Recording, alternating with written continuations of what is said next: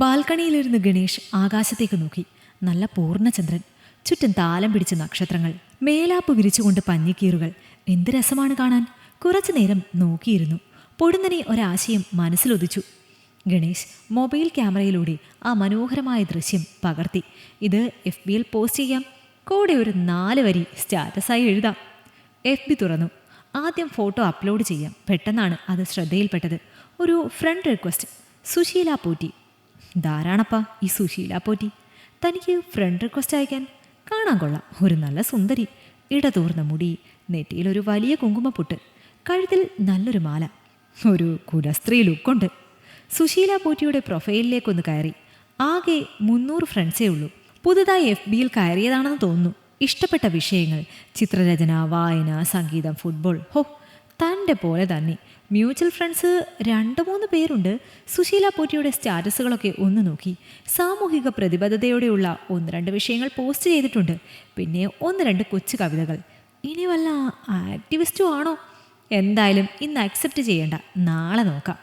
അതെ, ഉറങ്ങാറായില്ലേ ഗണേശേട്ടാ? അടുക്കളയിലെ പണി കഴിഞ്ഞ് സിന്ധു ബാൽക്കണിയിലേക്ക് വന്നു. എന്നാ ഉറങ്ങാം. മോൾ ഉറങ്ങിയോ? അവൾക്ക് നേരിയ ഒരു പനി പോലെ. ഡോക്ടറെ കാണിക്കണോ? അത്രയ്ക്കുള്ളതില്ല, എന്തായാലും നാളെ നോക്കാം. സിന്ധുവും ഗണേഷും ബെഡ്റൂമിലേക്ക് നടന്നു.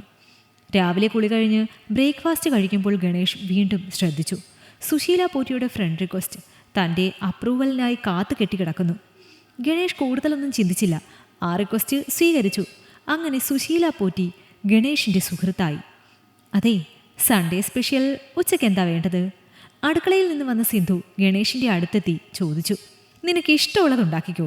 നീ എന്ത് തന്നാലും ഞാൻ കഴിച്ചോളാം. ഞാൻ വിഷം തന്നാലും കഴിക്കുമോ? സിന്ധു ഗണേഷിനോട് ഒന്നുകൂടെ ചേർന്നിരുന്ന് മെല്ലെ ചോദിച്ചു. ഗണേഷ് സിന്ധുവിൻ്റെ അരക്കെട്ടിലൂടെ കൈയിട്ട് ആ കവിളിൽ ചുണ്ടുകൾ കൊണ്ടുരുമ്മി. എന്നാ അപ്പോൾ അങ്ങനെ വിഷം കഴിക്കണ്ട. ഗണേഷിനെ തള്ളി മാറ്റിക്കൊണ്ട് സിന്ധു അടുക്കളയിലേക്ക് പോയി. ബെഡ്റൂമിൽ തലയണപ്പുറത്ത് ചാരിയിരുന്നു കൊണ്ട് ഗണേഷ് പത്രപാരായണം തുടങ്ങി. പെട്ടെന്നാണ് മൊബൈലിൽ മെസ്സേജ് വന്ന ബീപ്പ് ശബ്ദം കേട്ടത്. ഗണേഷ് മൊബൈലിൽ നോക്കി. മെസ്സഞ്ചറിൽ ഒരു സന്ദേശം. സുശീല പോറ്റിയുടേതാണ്. എന്നെ ഒരു സുഹൃത്തായി സ്വീകരിച്ചതിന് നന്ദി. ഗണേഷ് ഒന്ന് ശങ്കിച്ചു. മറുപടി കൊടുക്കണോ? കൊടുത്തില്ലെങ്കിൽ മോശമല്ലേ? ഹായ്, കൂടെ ഒരു സ്മൈലിയും. ഹായ് ഗണേഷ്, സുഖമല്ലേ? സുഖം. ഗണേഷ് മനോഹരമായി ചിത്രം വരയ്ക്കുമല്ലേ? ഞാൻ കണ്ടു. FBയിൽ അഭിനന്ദനങ്ങൾ. നന്ദി. അത്ര വലിയൊരു ചിത്രകാരനൊന്നുമല്ല, പിന്നെ അതിനോടൊരു വല്ലാത്ത താല്പര്യമുണ്ട്. ഞാനും ചെറുതായിട്ടൊക്കെ വരയ്ക്കും കേട്ടോ. കോളേജിൽ പഠിക്കുമ്പോൾ ഒരു ആർട്ട് എക്സിബിഷനിലെല്ലാം പങ്കെടുത്തിട്ടുണ്ട്. ഹോ ഗ്രേറ്റ്, അഭിനന്ദനങ്ങൾ. Thank you. ഗണേഷിൻ്റെ വൈഫ് എന്ത് ചെയ്യുന്നു? എത്ര കുട്ടികളാണ് ഗണേഷിന്? ഗണേഷ് തൻ്റെ വിവരങ്ങൾ കൈമാറി. സുശീലയുടെ വിവരങ്ങളൊന്നും പറഞ്ഞില്ല. എന്നെക്കുറിച്ച് പ്രത്യേകിച്ച് പറയാനൊന്നുമില്ല. I am a divorcee.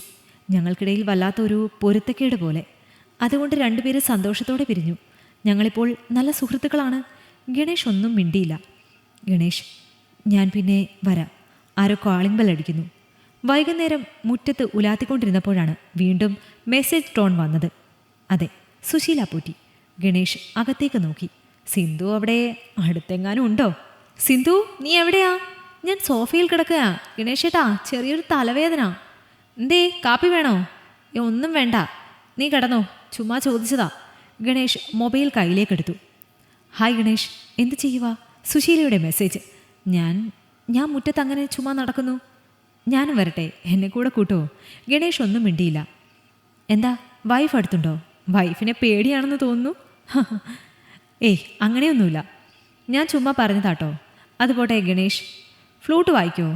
അയ്യോ, അതെങ്ങനെ അറിഞ്ഞു? അതൊക്കെ ഞാൻ കണ്ടുപിടിച്ചു. ഗണേഷിൻ്റെ പ്രൊഫൈലിൽ കയറി ഞാനങ്ങ് നിരങ്ങി.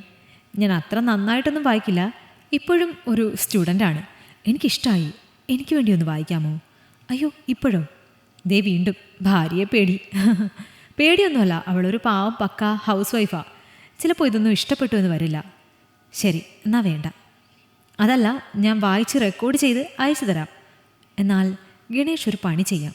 രാത്രി ഉറങ്ങുന്നതിന് മുൻപ് ഞാൻ വരാം. ഗണേഷിൻ്റെ ഫ്ലൂട്ട് വായനയും കേട്ട് അങ്ങനെ അങ്ങ് ഉറങ്ങാം. ശരി, ഗണേഷ് മനസ്സോടെ പറഞ്ഞു.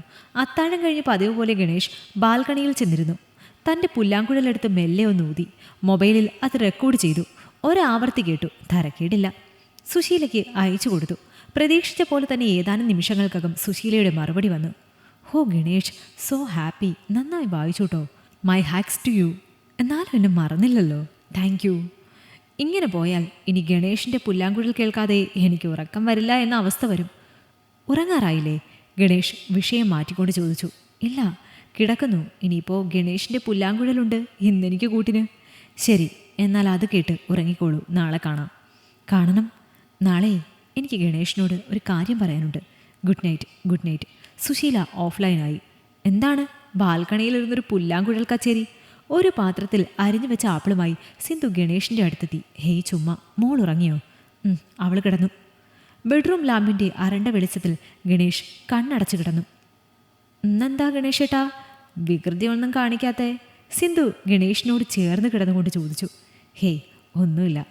നിനക്ക് തലവേദനയല്ലേ? ഇന്ന് നമുക്ക് വേഗം ഉറങ്ങാം. ഗണേഷേട്ടാ, ഞാനൊന്ന് ചോദിച്ചോട്ടെ, ഇന്ന് ഗണേഷേട്ടനെന്താ മൊത്തം ഒരു താളം തെറ്റൽ പോലെ? എന്തു പറ്റി? ഓഫീസിൽ എന്തെങ്കിലും പ്രശ്നമുണ്ടോ? ഏയ് ഒന്നുമില്ല, നിനക്ക് വെറുതെ തോന്നുന്നതാ. ഗണേശേട്ടാ, എന്തുണ്ടെങ്കിലും എന്നോട് പറയണം, വിഷമിക്കരുത്. ഏയ് ഒന്നുമില്ല. പറയാൻ പറ്റാത്ത എന്തോ ഒന്ന് വായുവിൽ വട്ടം ചുറ്റി പടർന്നപ്പോൾ ഗണേശും സിന്ധുവും കണ്ണുകളടച്ചു. ഹായ് ഗണേശേട്ടാ, ഞാൻ അടിപൊളിയായില്ലേ? ഉടുത്തൊരുങ്ങി ഗണേഷിൻ്റെ മുന്നിലെത്തിയ സിന്ധു ചോദിച്ചു. ഓഹ്, ഇന്ന് നീ തന്നെ ആയിരിക്കും ലേഡി ഓഫ് ദി ഡേ. ചുമ്മാ ആക്കല്ലേ, വനിതാ വിഭാഗത്തിൻ്റെ ഫസ്റ്റ് ആനിവേഴ്സറി അല്ലേ? സിന്ധു ഗണേഷ് മോശമാകരുതല്ലോ. മോളെ കൊണ്ടുപോകുന്നുണ്ടോ? പിന്നെ അവൾ വനിതയല്ലേ? സിന്ധു ഗണേഷിനോട് ചേർന്ന് നിന്ന്. ഗണേഷേട്ടാ, പോകുന്നതിന് മുൻപ് ഒരു ഉമ്മ തന്നെ. ഇപ്പോഴോ? പരസ്യങ്ങളിൽ ഒക്കെ കണ്ടിട്ടില്ലേ എക്സ്ട്രാ പവർ? ഇതെനിക്കൊരു എക്സ്ട്രാ പവർ തരും. ഗണേഷ് സിന്ധുവിനെ തന്നോട് ചേർത്ത് നിർത്തി ആ കവിളിൽ ഒരു ഉമ്മ നൽകി. യാത്ര പറഞ്ഞ് മകളെയും കൂട്ടി സിന്ധു ഇറങ്ങി. പതിവ് പോലെ ഗണേഷ് ബാൽക്കണിയിലിരുന്ന് ചിന്തയിലാണ്ടു. ചിന്തയ്ക്ക് അധിക സമയം വേണ്ടി വന്നില്ല. ഇൻബോക്സിൽ ബീപ്പ് സൗണ്ട് വന്നു. ഗണേഷ് മൊബൈലിലേക്ക് നോക്കി. അതെ, സുശീല പോറ്റി. ഹായ്. ഹായ്. എന്ത് ചെയ്യുന്നു? ബാൽക്കണിയിലിരുന്ന് നക്ഷത്രങ്ങളെ എണ്ണുന്നു. ഗണേഷ് മറുപടി അയച്ചു. നക്ഷത്രങ്ങളുടെ രാജകുമാരനല്ലേ? ഇന്നലെ എന്താ എന്നോട് പറയാനുണ്ടെന്ന് പറഞ്ഞല്ലോ? ഗണേഷ് തൻ്റെ മറുപടിയിൽ എഴുതി ചോദിച്ചു. പറയാം. എൻ്റെ ജീവിതവുമായി ബന്ധപ്പെട്ടതാണ്. അത്രയും വലിയ കാര്യമാണെങ്കിൽ എന്നെ വിളിച്ചൂടെ? ഞാനെൻ്റെ നമ്പർ തരാം. ഇപ്പോൾ വേണ്ട ഗണേഷ്, ഞാൻ പറയാം. വിളിച്ചു തുടങ്ങിയാൽ പിന്നെ നിത്യം വിളിക്കാൻ തോന്നും. പിന്നെ അത് സുശീലയുടെ ഇഷ്ടം പോലെ. സത്യത്തിൽ ഞാൻ ഈ ഫ്രണ്ട് റിക്വസ്റ്റ് അയച്ചത് തന്നെ ഗണേഷിന് എൻ്റെ അലക്സുമായുള്ള സാദൃശ്യം കണ്ടാണ്. അലക്സോ? പഠിക്കുന്ന കാലത്ത് എൻ്റെ എല്ലാമായിരുന്നു അലക്സ്. വീട്ടുകാരിൽ നിന്ന് ഒരുപാട് എതിർപ്പുകൾ നേരിടേണ്ടി വന്നു. പക്ഷേ എനിക്ക് പിടിച്ചു നിൽക്കാൻ കഴിഞ്ഞില്ല ഗണേഷ്. അതുമാത്രമല്ല, ഒരു ആക്സിഡൻറ്റിൽ അലക്സിനെ നഷ്ടപ്പെട്ടപ്പോൾ എൻ്റെ സമനില തെറ്റി. വർഷങ്ങൾ കഴിഞ്ഞാണ് ഞാൻ വിവാഹിതയാകുന്നത്. പക്ഷേ എനിക്കൊരു തരത്തിലും പൊരുത്തപ്പെടാൻ കഴിഞ്ഞില്ല ഗണേഷ്. ഞാൻ അലക്സിൻ്റെ ഫോട്ടോ അയച്ചു തരാം. ഗണേഷിനെ പോലെ ഇരിക്കും. എൻ്റെ അലക്സിനെയാണ് ഞാൻ കാണുന്നത് ഗണേഷിലൂടെ. എനിക്ക് തന്നെ അറിഞ്ഞുകൂടാ, ചില സമയത്ത് ഓടി ഗണേഷിൻ്റെ അടുത്തെത്താൻ തോന്നും. എൻ്റെ ആണ് എന്നൊരു തോന്നൽ. കുറച്ചു നേരത്തേക്ക് ഗണേഷ് മറുപടിയൊന്നും അയച്ചില്ല. ഗണേഷിന് ഞാൻ പറഞ്ഞത് ഇഷ്ടമായില്ല എന്നുണ്ടോ? ഏയ് അങ്ങനെയൊന്നുമില്ല. You won't to believe. Alex മനോഹരമായി ചിത്രം വരയ്ക്കുമായിരുന്നു, ഗണേഷിനെ പോലെ. അലക്സിൻ്റെ ഫോട്ടോ കയ്യിലുണ്ടോ? എനിക്കൊന്ന് കാണാനാ. ഗണേഷ് ഒരു മെസ്സേജ് മറുപടി അയച്ചു. ഞാൻ അയച്ചു തരാം. കണ്ടാൽ ഗണേഷിന് വിശ്വസിക്കാൻ പ്രയാസം തോന്നും. തെറ്റാണെങ്കിൽ ക്ഷമിക്കണം. ഞാനിപ്പോൾ എൻ്റെ അലക്സിനെ ഗണേശനിലൂടെ കാണുന്നു. സുശീല എന്താ ഉദ്ദേശിക്കുന്നത്? എങ്ങനെ പറയണമെന്ന് എനിക്ക് അറിഞ്ഞുകൂടാ. But I am afraid. I am in love with you. ഗണേഷിൻ്റെ വിരൽത്തുമ്പുകൾ ഒന്ന് വിറച്ചു. എങ്കിലും മനസാന്നിധ്യം വിടാതെ ഗണേഷ് എഴുതി. Susheela, I am very sorry. എന്നെ ഒരിക്കലും അങ്ങനെ കാണരുത്. എന്നെ ജീവനെപ്പോലെ സ്നേഹിക്കുന്ന ഒരു ഭാര്യ എനിക്കുണ്ട്, സിന്ധു. അതിനപ്പുറത്ത് മറ്റൊരു സ്ത്രീയെക്കുറിച്ച് എനിക്ക് ചിന്തിക്കാനേ കഴിയില്ല. ഒരു നല്ല സുഹൃത്ത്, കൂടുതലൊന്നുമില്ല. എന്നെ അങ്ങനെ മാത്രം കണ്ടാൽ മതി. മെസ്സേജ് അയച്ച ഗണേഷ് കുറച്ചു നേരം കണ്ണടച്ചിരുന്നു. ബീപ്പ് സൗണ്ട് കേട്ടപ്പോൾ വീണ്ടും മൊബൈലിലേക്ക് നോക്കി. സുശീലയുടെ message. I am sorry Ganesh. ഞാനങ്ങനെ ചിന്തിക്കാൻ പാടില്ലായിരുന്നു. ഞാൻ നാളെ വരാം. ഇന്ന് ഗണേഷിൻ്റെ മൂഡ് സ്പോയിൽ ചെയ്തുവെങ്കിൽ നാളെ കാണാം. ബൈ. സുശീല ഓഫ്ലൈനായി. സിന്ധു കിടന്നെങ്കിലും ഗണേഷ് കുറച്ചു നേരം കൂടി ബാൽക്കണിയിൽ കണ്ണടച്ചിരുന്നു. പതിയെ എഴുന്നേറ്റ് ബാൽക്കണിയിലേക്കുള്ള വാതിലടച്ചു. ബെഡ്റൂമിൽ വന്ന് കണ്ണടച്ചു കിടന്നു. സിന്ധു പതിയെ തൻ്റെ മാറിൽ തലവെച്ച് കിടക്കുന്നത് ഗണേഷ് അറിഞ്ഞു.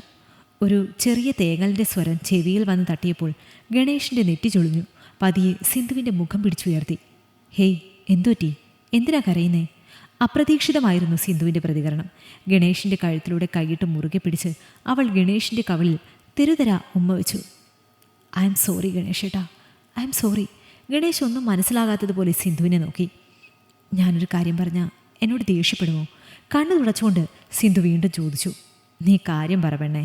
രേഷ്മയാണ് എനിക്ക് ബുദ്ധി ഉപദേശിച്ചു തന്നേ. അവൾ അങ്ങനെ ചെയ്തപ്പോൾ പല സുഹൃത്തുക്കളുടെയും തനി നിറം പിടികിട്ടിയത്രേ. ഏ Sindhu, you are beating around the Bush. നീ കാര്യത്തിലേക്ക് വാ. സിന്ധു ഒന്ന് പരിങ്ങി. പിന്നെ പതിയെ പതിയെ ഗണേഷിനോട് ചേർന്നിരുന്ന് മന്ത്രിച്ചു.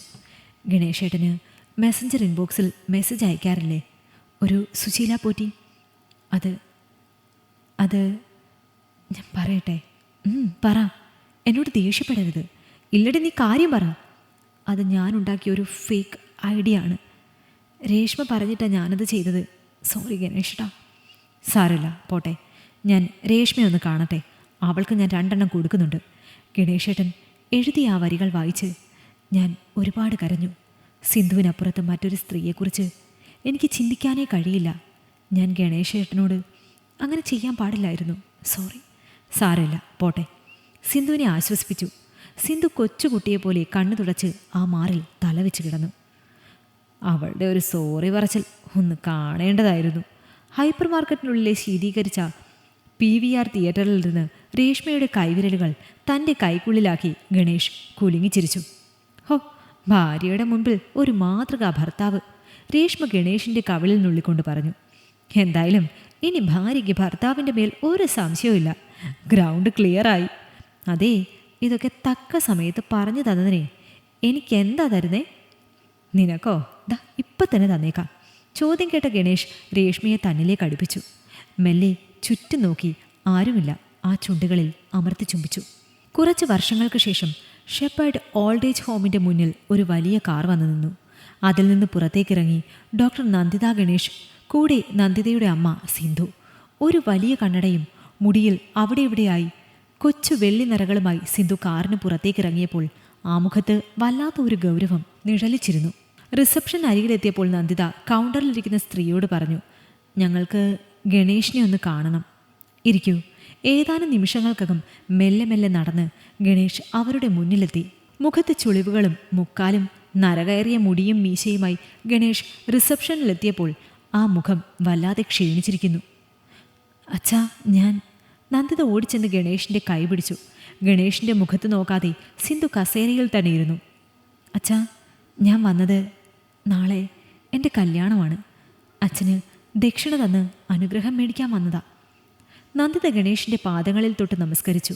വിറയാർന്ന കൈകളാൽ ആ തലയിൽ തലോടി ഗണേഷ് മന്ത്രിച്ചു. നല്ലത് വരും മോൾക്ക്. കുറച്ചുനേരം മൗനം മൂവരുടെയും ഇടയിൽ ഇടം പിടിച്ചു. അച്ഛാ, അച്ഛന് വീട്ടിലേക്ക് വന്നൂടെ? ഞാൻ അമ്മയോട് പറയാം. ഗണേഷ് ഒന്നും മിണ്ടിയില്ല. പിന്നെ പതിയെ ആ ചുണ്ടുകൾ മന്ത്രിച്ചു.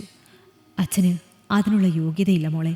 കൂടുതലൊന്നും പറയാതെ വേച്ച് ഗണേഷ് അകത്തേക്ക് നടന്നു. കാറിൽ കയറുന്നതിന് മുൻപായി നന്ദിത ഒരിക്കൽ കൂടി സിന്ധുവിനോടായി ചോദിച്ചു, അമ്മേ, അച്ഛനെ തിരിച്ചു വിളിച്ചുകൂടെ? സിന്ധു കാറിൻ്റെ ഡോറിൽ പിടിച്ചുകൊണ്ട് നന്ദിതയുടെ മുഖത്തേക്ക് രൂക്ഷമായെന്ന് നോക്കി. നിന്റെ അച്ഛൻ ഒരു പക്ക ഫേക്കായിരുന്നു. അതറിഞ്ഞ ആ നിമിഷം ഞാൻ ഇറക്കി വിട്ടതാ ആ മനുഷ്യനെ. എൻ്റെ മനസ്സിൽ ഞാനൊരു ശിക്ഷ വിധിച്ചിട്ടുണ്ട്. അതിൻ്റെ കാലാവധി തീരുമ്പോൾ ഞാൻ തന്നെ നിന്റെ അച്ഛനെ കൂട്ടിക്കൊണ്ടുവരും. നീ വണ്ടിയെടുക്ക്. അവരെയും കൊണ്ട് വണ്ടി മുന്നോട്ട് നീങ്ങുമ്പോൾ ഒരു കൊച്ചുമുറിയിലെ ജനലഴികളിൽ വിറയാർന്ന കൈവിരലുകളാൽ അള്ളിപ്പിടിച്ച് ഒരു മനുഷ്യൻ അവരെയും നോക്കി നിൽപ്പുണ്ടായിരുന്നു. കർട്ടൻ പതിയെ നീക്കി. ഈ കഥ നിങ്ങൾക്കിഷ്ടമായെങ്കിൽ ലൈക്ക് ചെയ്യൂ. നിങ്ങളുടെ അഭിപ്രായങ്ങൾ കമന്റായി രേഖപ്പെടുത്തൂ. കൂടുതൽ കഥകൾ കേൾക്കാൻ ഈ ചാനൽ സബ്സ്ക്രൈബ് ചെയ്യൂ.